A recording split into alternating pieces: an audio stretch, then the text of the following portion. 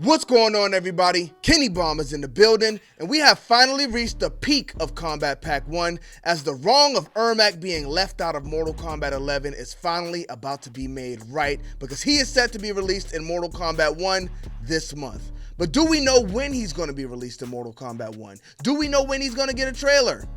If history serves us well, then we know exactly when those things are going to happen. So we got to talk about it. But first, if you're excited for Ermac, help me out and drop a like on this video. But don't forget to smash that subscribe button if you don't want to miss any updates on Mortal Kombat 1. Now let's get into it.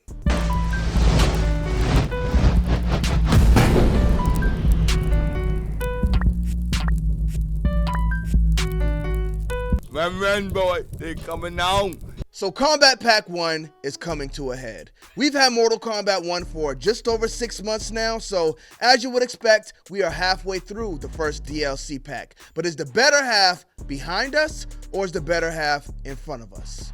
Let's take a look at it. We started off with Omni-Man along with Tremor. Omni-Man was perfectly executed, everything down to his fatalities, but Tremor wasn't really too crazy about his design. I know a lot of y'all loved it in the classic ninja stuff, but I liked how Tremor looked a lot better in Mortal Kombat X. Overall, gotta give that pair a thumbs up though, just because of the way they did Omni-Man. Next up, we got Quan Chi and Chameleon. Now, there was a lot of darkness that came with this pack with the whole desync thing, and I think this is kind of where people's perception about the game went downhill. But I think Quan Chi was also perfectly executed. His fatalities, to me, are the best in the game. Now, I said that in the last DLC rundown video, and some people responded with, no, Liu Kang has the best fatalities in the game. And you know what? That's fine. There's no right or wrong answer. Personally, Quan Chi's are my favorite because they're simple and they're brutal. He didn't have to take nobody up to space. Having somebody rip their head off and handing it to you, that's crazy. In the most recent pair, we got Peacemaker and Janet Cage. Peacemaker, fatalities are mid, but as a character, I think he is fun to play with. Janet Cage caused a lot of unnecessary controversy, but she's fine. As a cameo, she's fine. Now we head to the big dog. We get Ermac this month in April, but when does he drop? So these big releases usually happen as soon as we get into a new season. As I'm recording this video, there's 19 days left in the season, but when you see this video, we got 12 days left in this season. Ermac is right around the corner.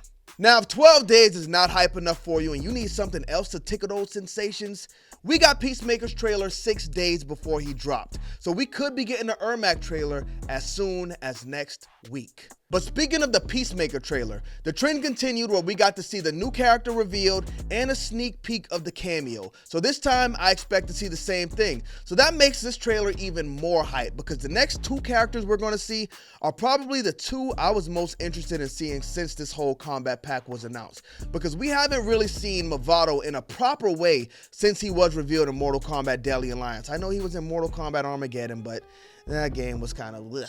Oh, come on. It was an interesting idea, but because it was too ambitious, all of the characters ended up being copied and pasted from other games. But we will be able to see Movado in a new way in Mortal Kombat 1. Even if they take his old outfit, being able to see his design updated, I think is going to be very interesting. But we don't know if Movado is going to be paired with Ermac or will it be Farah. Either way, I'm excited about it because Farah is another interesting character. I loved her with Tor. This time it looks like she's going to be making the appearance by herself. So is she still going to be little Farah or is she going to be a big bulky Tor-sized Farah? Interested to find out. But what's also interesting is the fact that we only have 2 cameos left, but we have 3 characters left. Now, based on our invasions clock, it looks like Ermac is set to be released on April 15th. We're this close. And if that's the case, then we could be getting this Ermac, and I'm going to say Movado trailer as soon as April 9th. We'll say Movado releases in May, Homelander releases in June, Farah releases in July, and then we get Takeda Takahashi in August. September's our 1-year anniversary, and September is the month we run out of content. So I don't think it's rocket science to say that Mortal Kombat 1 Aftermath will probably, most likely, drop in September, and we might be getting 3 new characters released along with that. But do we get 3 cameos as well? If that's the case, who should these 3 characters be, and who should these 3 cameos be? Let me know in the comment section. But don't forget to drop a like on this video and smash that subscribe button if you haven't already. Bomb Squad, let's get to that.